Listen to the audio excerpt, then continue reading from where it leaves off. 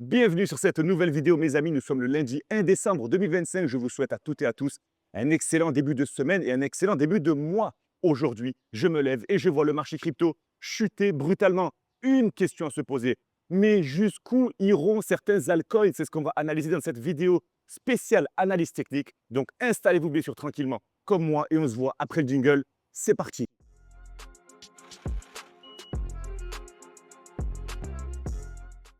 Avant que cette vidéo commence, n'oublie pas de t'abonner pour ne pas rater nos 3 rendez-vous hebdomadaires le lundi, le mercredi et le samedi à 20h. Ça ne change pas. Tu me suis également en bio YouTube pour me rejoindre sur Telegram où je partage plusieurs posts par jour.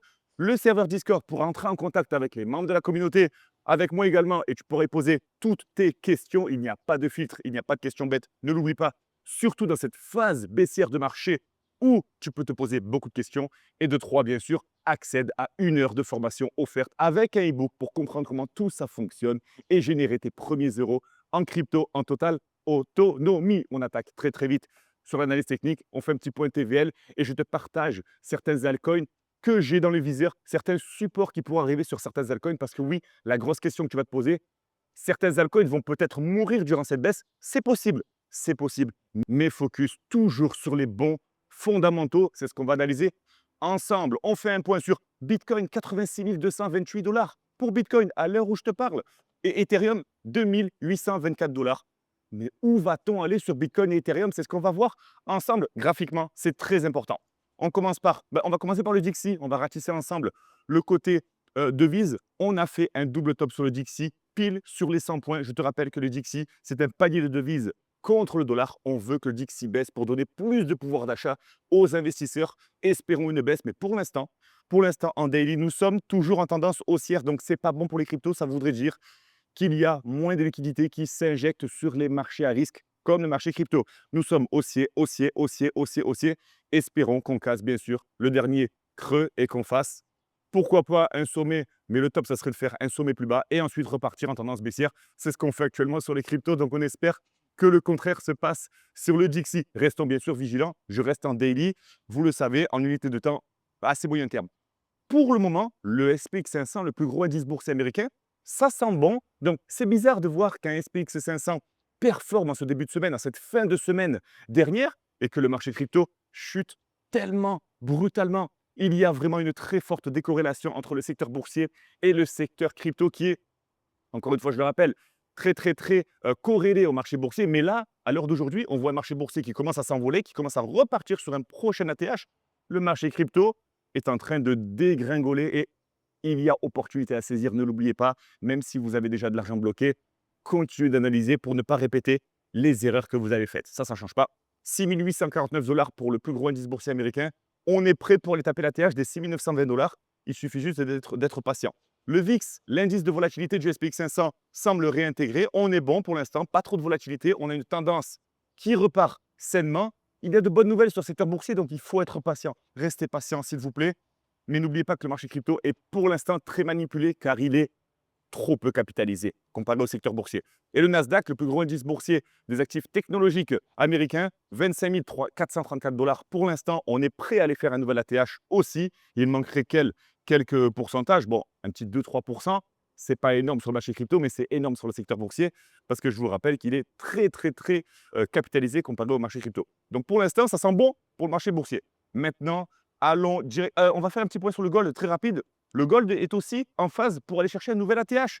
Incertitude côté géopolitique, macroéconomique, la réserve de valeur continue de grandir et les investisseurs font davantage confiance à la valeur refuge numéro 1, l'or. Donc, si vous voulez en savoir plus, posez-moi vos questions en commentaire. Êtes-vous investisseur sur l'or? Êtes-vous investisseur sur les cryptos et moins sur l'or et vice-versa?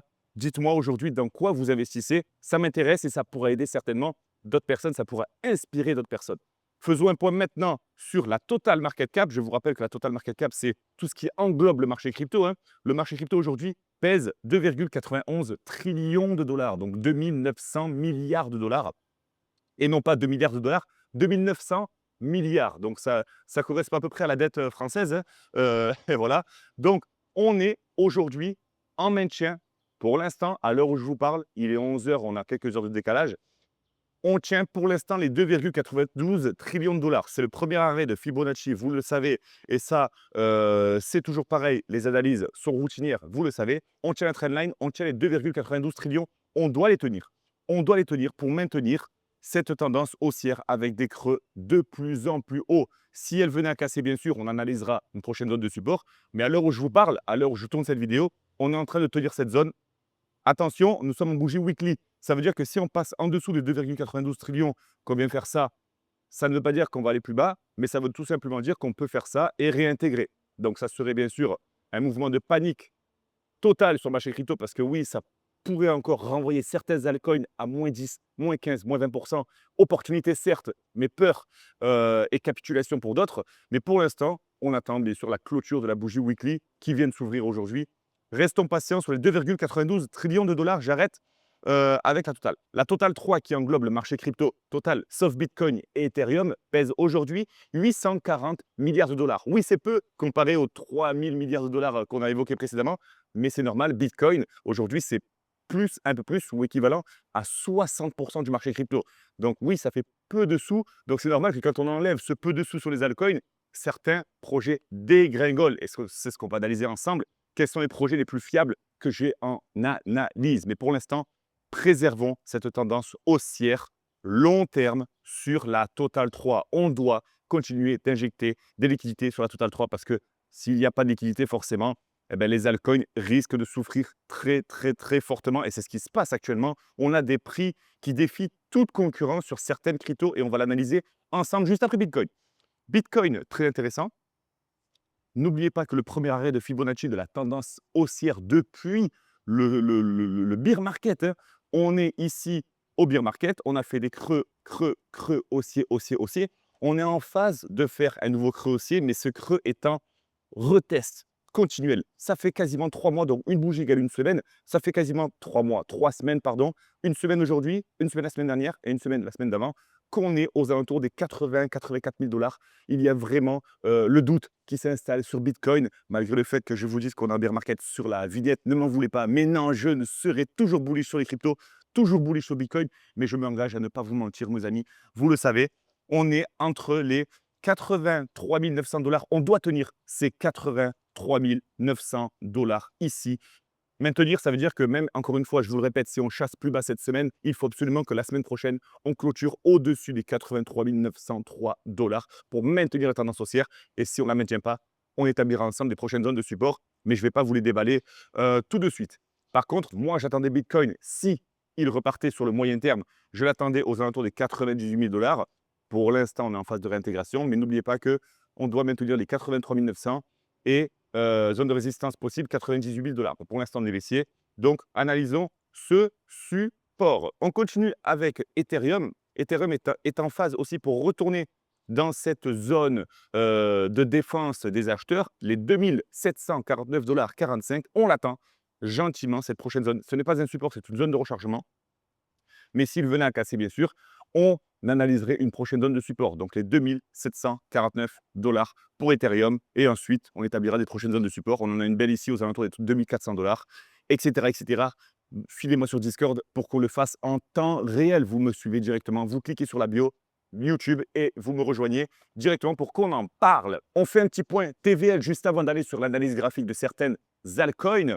Petit point TVL, rien de surprenant, hein. L'argent sort des protocoles, la peur s'installe, c'est normal.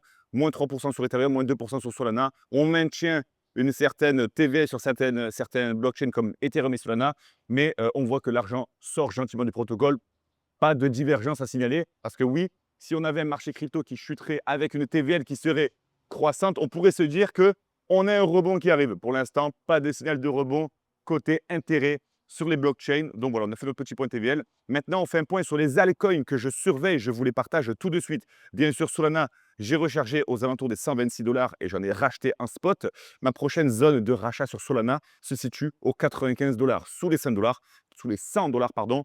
Mais pour l'instant, pour le moment, on doit tenir sur les 0,618 de Fibonacci, les 118 dollars. Il risque d'y avoir zone de défense des acheteurs côté Solana, côté acheteur, aux 118 dollars. Surveillez-moi ça.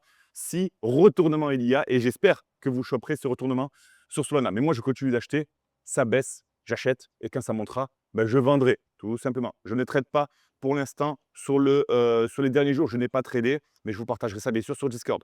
Link, toujours bon à prendre. Vous le savez, les fondamentaux sont très solides sur Link. Je vous l'ai partagé sur la dernière vidéo. Link continue d'accumuler les bonnes nouvelles. Pardon. Une très bonne zone de rachat sur Link serait aux alentours des 10 dollars, certes, mais les 12 dollars sont toujours bons à prendre. La trendline semble tenir haussière sur Link depuis le bottom. À vous de voir si vous voulez avoir plusieurs cartouches. C'est ce que je vous conseille, d'avoir une bonne gestion de votre portefeuille. Vous avez 1000 dollars à investir sur Link. Ne vous dites pas, je mets 1000 dollars maintenant et j'espère que ça va monter. Scindez 500, 250, 250 ou 250 en 4 fois pour vous dire, je mise, plus ça baisse, plus je continue de miser parce que oui, si je savais que ça allait repartir, moi aussi, je mettrais bien sûr patate sur Link, mais non, non, on peut aller plus bas, on peut toujours aller plus bas. N'oubliez pas que Link, ça oscillait entre les 5 dollars et les 8 dollars pendant plusieurs mois, voire plusieurs années. On peut retourner aux 10 dollars. Donc, mesurez vos investissements et posez-moi vos questions en commentaire. Ça me fait plaisir en ce qui concerne votre money management. On continue avec AAVE, hein, pareil, un très gros acteur de la finance décentralisée. AAVE, devenez votre propre banque grâce à AAVE. Prêtez vos cryptos, empruntez. On est sur une trendline qui est assez sympathique. On a bien réagi aux alentours des 150 dollars. On est à 167 dollars. Attendez rebond sur trendline si vous voulez. Ou sinon, j'ai fait une petite zone pivot aux 130 dollars sur AAVE. Intéressant, mais il faudrait encore une baisse d'environ 20% sur AAVE. Certes, c'est possible, mais si vous ne voulez pas rater le train, encore une fois, mesurez vos investissements, investissez un petit peu quand ça baisse pour revendre quand ça remonte. Je le répéterai continuellement, ça, parce que oui, on a tendance à l'oublier. Et quand la peur, l'euphorie, le doute reprend le contrôle sur les émotions. Hyper liquide, la hype autour du token hype. Les 28,62 $ sont intéressants sur Hyperliquide. C'est une zone où le marché a très bien réagi le mois dernier, il y a quasiment 2 mois. On n'a pas touché les 28,62 $, donc là, c'est une zone de combat intéressante, zone de défense côté acheteur. Mais attention, attention, la tendance baissière semble se confirmer sur Hyperliquide. Donc, ça ne veut pas dire qu'on va avoir la même réaction que depuis celle qu'on a eue le 10 octobre. Donc, on peut très bien aussi rentrer dedans et s'installer. Donc, ne misez pas sur un rebond, s'il vous plaît. Attention à vos trades en levier. Mais c'est une très bonne zone, bien sûr, d'achat. Les 28,62 $ sur Hyperliquide. On peut aller plus bas, ne l'oubliez pas. Et on établira ensemble d'autres zones de support. Arbitrum, on en parle déjà assez. Uniswap, bien sûr, un des acteurs aussi du développement de la DeFi et de la finance décentralisée sur l'écosystème Ethereum. On achète tous nos cryptos sur Uniswap, je pense. Si vous ne connaissez pas Uniswap, partagez-moi en commentaire. Pareil, on a une très, très, très bonne zone d'achat, une zone d'achat dans laquelle je m'étais positionné aux alentours des 4 dollars ou 5 dollars, 4,9 $, 5 dollars. Si on y retourne, toujours bonne zone d'achat aux alentours des 5 dollars sur Uniswap. On est à 5,5 dollars. Ça nous ferait encore une baisse d'environ 10-12%. Mettez vos alertes et dès que ça sonne, allez analyser. C'est comme ça que ça marche, plutôt que de mettre des ordres d'achat. Mais la bougie est bien volumique et la baisse pourrait continuer à l'heure où je vous tourne cette vidéo. On continue avec Bitensor. Bitensor avec son token le Tao qui a bien réagi. Big up à toutes les personnes qui ont pris du bénéfice. Je vous vois, je sais qui a pris du bénéfice aux alentours des 500 dollars. Fibonacci a été formel. Fibonacci vous a sauvé d'une perte de 50%. Si tu avais analysé grâce à la loi de Fibonacci, au retracement de Fibonacci, si tu avais maîtrisé l'analyse technique, tu aurais bien sûr évité une perte de 50% de ton bag sur Tao. Et si tu l'as fait, grand bravo à toi. Pour découvrir Fibonacci avec moi, partage-moi bien sûr un commentaire, écris-moi Fibo en commentaire et je te partagerai bien sûr ton accès pour nous rejoindre en formation et gagner avec nous. Ne l'oubliez pas également, petite parenthèse, c'est important de le mentionner parce que j'adore faire des parenthèses. Nous sommes toujours aussi sur marché crypto, nous profitons des rebonds. Je fais un petit flashback rapide sur Bitcoin. Vous allez vous dire, mais le gars, il a partagé des cryptos, il dit qu'il est aussi sur Bitcoin, mais il continue de baisser. Ma stratégie, la stratégie que nous avons au sein de la communauté, c'est de profiter des rebonds. C'est de profiter des rebonds. C'est de profiter des rebonds. Tout simplement. On s'attend à ce que Bitcoin fasse un nouveau plus bas.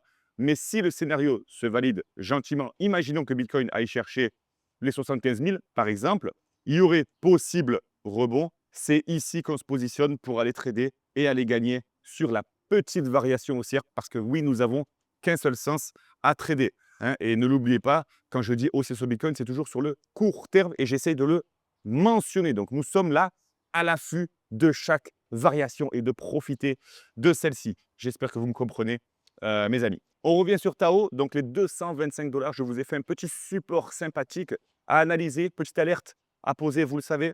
Et partagez-moi bien sûr sur Discord dès qu'on touchera cette zone. Très sympathique, je pense. Voilà, donc n'oubliez pas que ça fait déjà 50% de baisse depuis la dernière hausse. On attend la prochaine zone de support sur Tao. Vous savez qu'on adore spéculer sur ce token. On continue avec Render. Render très, très, très risqué. Attention, Render très risqué, mais leader dans son narratif. Dites-moi ce que vous en pensez en commentaire. Mais Render, toujours bon projet. Je vous ai partagé, bien sûr, une zone très sympathique aux alentours des 1,28 $. À vous de me dire ce que vous en pensez. Mettez vos alertes et faites-moi votre retour si on vient toucher cette zone. Mais Render reste toujours un bon projet.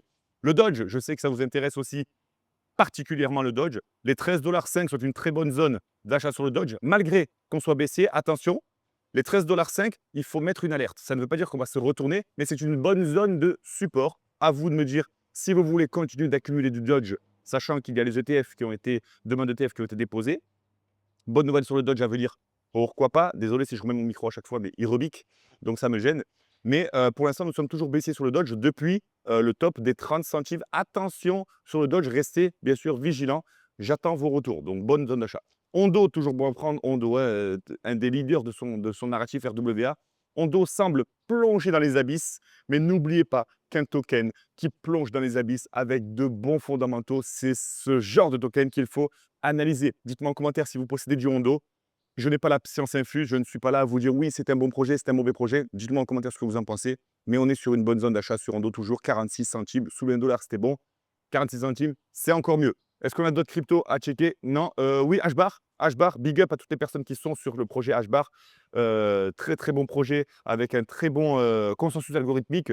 HBAR, très bonne zone de prix aux alentours des 12 centimes. Voilà, donc un des leaders dans son narratif de la finance décentralisée, protocole de paiement, etc., du même type qu'XRP, XLM, etc. Donc là, on est pas mal. Des bonnes zones de prix sur HBAR. Regardez, bon rebond, bon rebond. Belle zone d'achat pour HBAR. On finit avec la Bitcoin dominance qui est toujours aux alentours des 60%. 60% de l'écosystème crypto, c'est Bitcoin. Voilà, j'ai rien à dire de plus. On a les cryptos qui baissent, on a Bitcoin qui prend de plus en plus de place. On peut rien faire. On doit être patient et continuer d'injecter, d'injecter, d'injecter sur les bons fondamentaux. C'était tout pour moi.